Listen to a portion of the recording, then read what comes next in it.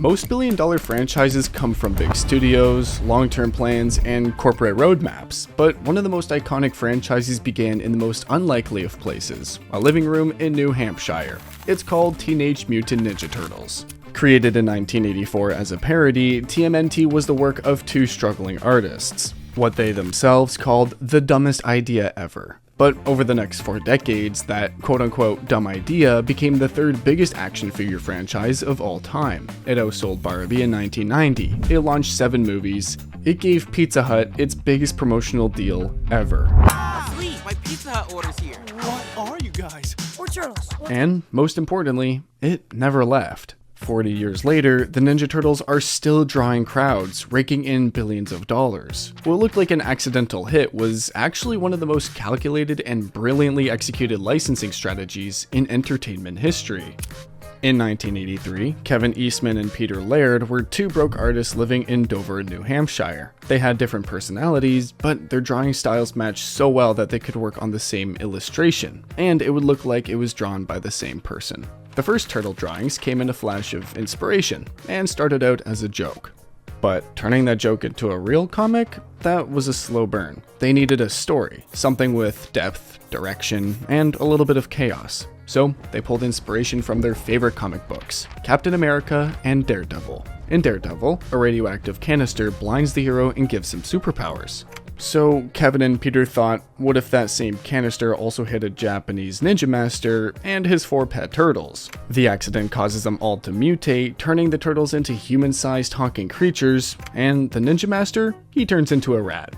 Deep in the sewers, he teaches them ninjutsu. Again, a parody of Daredevil, where the hero is also trained by a blind martial arts master with heightened abilities named Stick. The turtles grow up underground, train to fight crime, and eventually face off against a villain named Shredder, leader of a gang called The Foot, a clear parody of the Hand in Daredevil. Each turtle had a different weapon, a different personality, and unlike Superman or Batman, they weren't perfect or serious. They were messy, immature, relatable.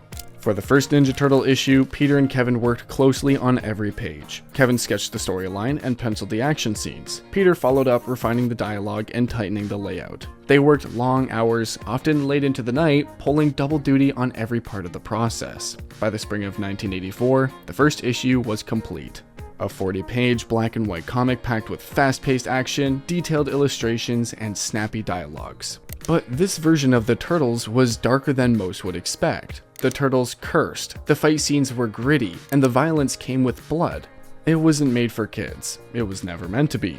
So, with no publisher or studio behind them, Kevin and Peter decided to release the comic themselves. They scraped together $2,000, Kevin's tax refund, Peter's savings, and a loan from Kevin's uncle. They used it to print 3,200 copies. Kevin and Peter knew their comic was unusual, but that could work in their favor. The title alone felt like a joke, but it also made people stop and ask questions. It told you everything and nothing at the same time. What they had stumbled into was something marketers call buzz branding, a name that becomes the pitch. But the name alone wouldn't sell it. They needed attention. So they went to their local library and found a directory listing media outlets across the Northeast, newspapers, radio stations, and TV stations. From that, they built a list of 200 press contacts. Then, they mailed out 200 homemade press kits, each one packed with a short press release and 2 pages of sample artwork. And while those kits were making their way to newsrooms, Kevin and Peter took the comic to a small comic convention in Portsmouth, New Hampshire. It was their first chance to sell it in person. It wasn't the launch they were hoping for. Most people just walked by. But behind the scenes, something was already in motion. One of the 200 press kits they mailed out caught the attention of a reporter at United Press International, a wire service that fed stories to newspapers across the country. Soon, Teenage Mutant Ninja Turtles started showing up in local papers and collector newsletters. The national coverage did exactly what Kevin and Peter had hoped for. Stores wanted copies, and fans were starting to talk. They sold out their first run, 3,200 copies, in just a few weeks. Then, a second printing of 6,000 copies sold out in 2 months. By issue number 8, TMNT had sold 135,000 copies.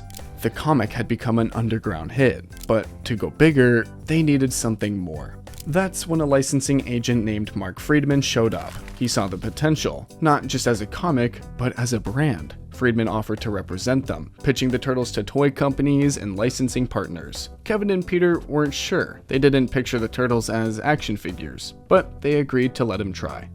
At first, no one was interested. Most toy companies thought it was too weird, too violent, and too risky. Until one company said yes, a small toy maker in California called Playmates Toys. Playmates Toys agreed to produce the action figures, but only if there was a cartoon to support them.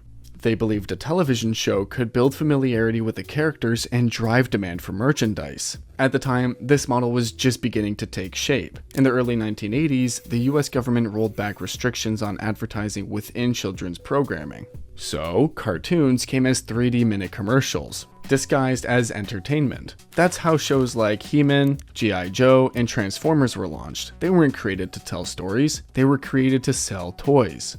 To fit that format, the characters were rewritten with simpler dialogue and more humor. They still fought crime, but now they ate pizza, used catchphrases, and had a lighter tone overall. The characters became easier to follow, easier to recognize, and easier to turn into products. The cartoon aired in December 1987, and almost immediately, it took off. The timing was perfect. Kids were home from school, and the toy line launched just in time for Christmas. Demand grew quickly. Suddenly, kids everywhere are playing Ninja Turtles, assigning turtle names to each other. The brand appeared on almost everything, from t-shirts to bed sheets. Between 1988 and 1992, Playmates released over 400 unique action figure designs. Toy sales alone generated over $1 billion, making Teenage Mutant Ninja Turtles the third best-selling action figure franchise of all time, only behind G.I. Joe and Star Wars. Then, in 1990, Teenage Mutant Ninja Turtles made the leap to films. The cartoon had already introduced the Turtles to a younger audience, but the movie did something different. It brought back the grit and tone of the original comic. The characters were darker, the story was sharper. The world felt closer to the underground setting where it all began. It was made independently, with a $13.5 million budget and no major studio backing. But it still earned over $200 million worldwide, becoming the most successful independent film of its time. That same year, the Ninja Turtles signed one of its biggest cross-promotional deals with Pizza Hut, a $20 million campaign that included commercials, merchandise, and even a branded VHS tape, bringing the Turtles into family dinners across the country. For Kevin and Peter, the movie felt like a rare win. The characters had changed, but this time they still looked and felt like the ones they had created, and that became the franchise's greatest strengths. The Turtles could be serious or silly, gritty or kid-friendly, and they still worked. That adaptability is what kept the brand alive across comics, cartoons, films, and video games for decades. Over the years, the franchise kept shifting to match its audience. So far, there have been 7 feature films, 5 TV adaptations, and video games on nearly every major platform, from arcade cabinets to modern-day consoles. That includes the 2023 animated reboot, co-written by Seth Rogen and made for a Gen Z audience, with a voice cast that featured Ice Cube, Post Malone, and Mr. Beast.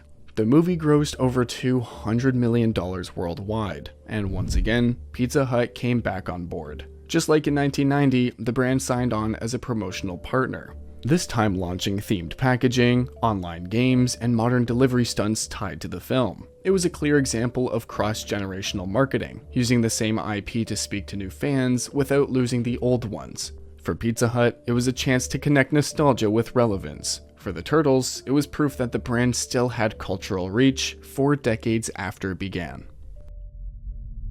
4 decades later, the Teenage Mutant Ninja Turtles are still here, evolving, rebooting, and reaching new audiences. What started as a joke in a living room became one of the most valuable and versatile franchises in entertainment. It proved that a strange name, paired with a strong identity, can become a brand. It used comics to build a story, cartoons to sell toys, and licensing to scale. Its success wasn't about a perfect product, it was about flexibility, timing, and strategy. Teenage Mutant Ninja Turtles is a masterclass in IP licensing, because when a brand knows how to evolve without losing what makes it recognizable, it doesn't just survive, it compounds.